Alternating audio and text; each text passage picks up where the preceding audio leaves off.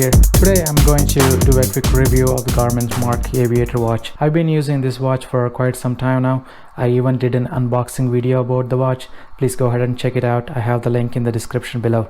I had an opportunity to fly with the watch as well.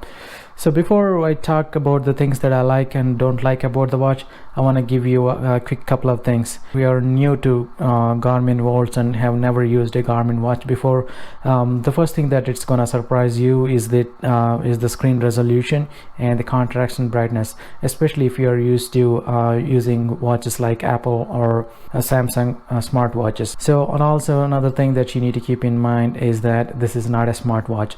So this is a sports watch with smart features built into it.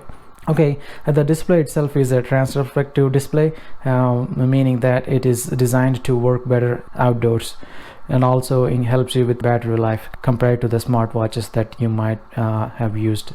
In this video I'm just going to talk about my thoughts about the watch. I'm actually going to have a separate video that talks about the features of the watch. Alright, so first of all, let's talk about the things that I like about the watch so far. Before that, I want to let you know that even though this watch, MARQ Aviator watch, is marketed as a pilot watch, this has tons of sports and fitness features. I'm pretty sure that anybody can find some use for this watch. Okay, so things I like about the watch. I like the overall build quality of the watch. The watch case itself is the titanium case, and the band is the titanium. Also comes with an extra silicone band that you can use for activities. The watch bezel is ceramic, and the watch glass is sapphire crystal. So as you can see, this is high-end materials to begin with, and that probably explains the price range of this watch. Also like the fact that the watch has several built-in apps for various activities that you might use. Of course, the big thing is the Fly app, and you have several other apps that you can use. You can also add your own apps, and you can download apps from the Garmin Connect IQ app store. Also, I like the fact that the watch is compatible with several sensors that support ANTRN technology, and also some Bluetooth enabled sensors such as an external heart rate monitor.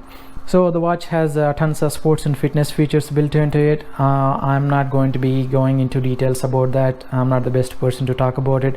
I would refer you to check out DC Rainmaker's videos on the sports and fitness features of the Garmin watches. Okay, so on the aviation feature side, since it's a pilot watch, it has tons of aviation features as well. It has a built-in international airport and navigate database, and also has the Fly app, which is something that you can use to track your flights. Also, that has the two quick buttons. If you press the right top button, it will take you to a page where you can enter an airport identifier and go navigate directly to that airport. And also you have another button, which is the right down button. If you press and hold that button, it will locate nearby airports, and you may be able to navigate directly to that to a selected airport. It also has a METAR widget. So METAR widget obtains weather data from the nearest airport or any airport of your choice. This widget also provides additional data such as TAF, and you can also see the Nextrad radar using the METAR widget. You can also access Nextrad radar by pressing and holding the left down button and right top or up button. So if you have a Garmin Pilot subscription already, all your flights will be automatically synced to a Garmin Pilot account. And if you have a Connect enabled avionics on board in your aircraft, this watch can also talk to the Connect enabled avionics, although I haven't tried that particular feature. Also, I like the fact that it has a great battery life. I was getting about close to 10 days with the normal usage and some GPS activities thrown in. If you enable the pulse oximeter, the battery life will be more like 5 days. Let's talk about the things that could use improvement, or things that I'm not all that impressed with. This watch takes quite some time to acquire a GPS signal compared to other watches such as the Garmin D2 Delta. It is likely due to the fact that the case itself is a metal case, but once the GPS signal is acquired, it seemed to lock into that signal, and I did not have any issues with the actual track itself. Another major thing that I've noticed with this watch was, especially this is the aviation part of it, is that altimeter sensitivity. Earlier I indicated that I had an opportunity to fly with this watch in my Grumman Tiger. What I noticed was that the altimeter was lagging at least by a minute. This issue is not entirely new. The other Garmin watches such as Garmin D2 Delta and D2 Charlie have also had this issue, but Garmin subsequently released a software update that seemed to have fixed that issue right now. So I hope that Garmin can release a software fix for this. This is just one of the annoying things. Another issue I had with the altimeter, which is likely be related to the altimeter sensitivity, is that the autofly feature. Autofly feature will automatically start the fly app when a certain vertical speed is reached. So in this case 500 feet per minute. So when it senses the 500 feet per minute of climb, the autofly feature automatically start the fly app. You don't need to manually start it. While coming back from my trip, I noticed that the fly app did not engage automatically. So I climbed up at least 2,000 feet above ground and the fly app did not engage. So I had to go manually to start the fly app.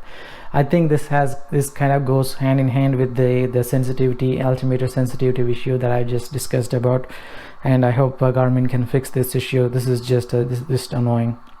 So other than these issues, I've noticed a few software bugs.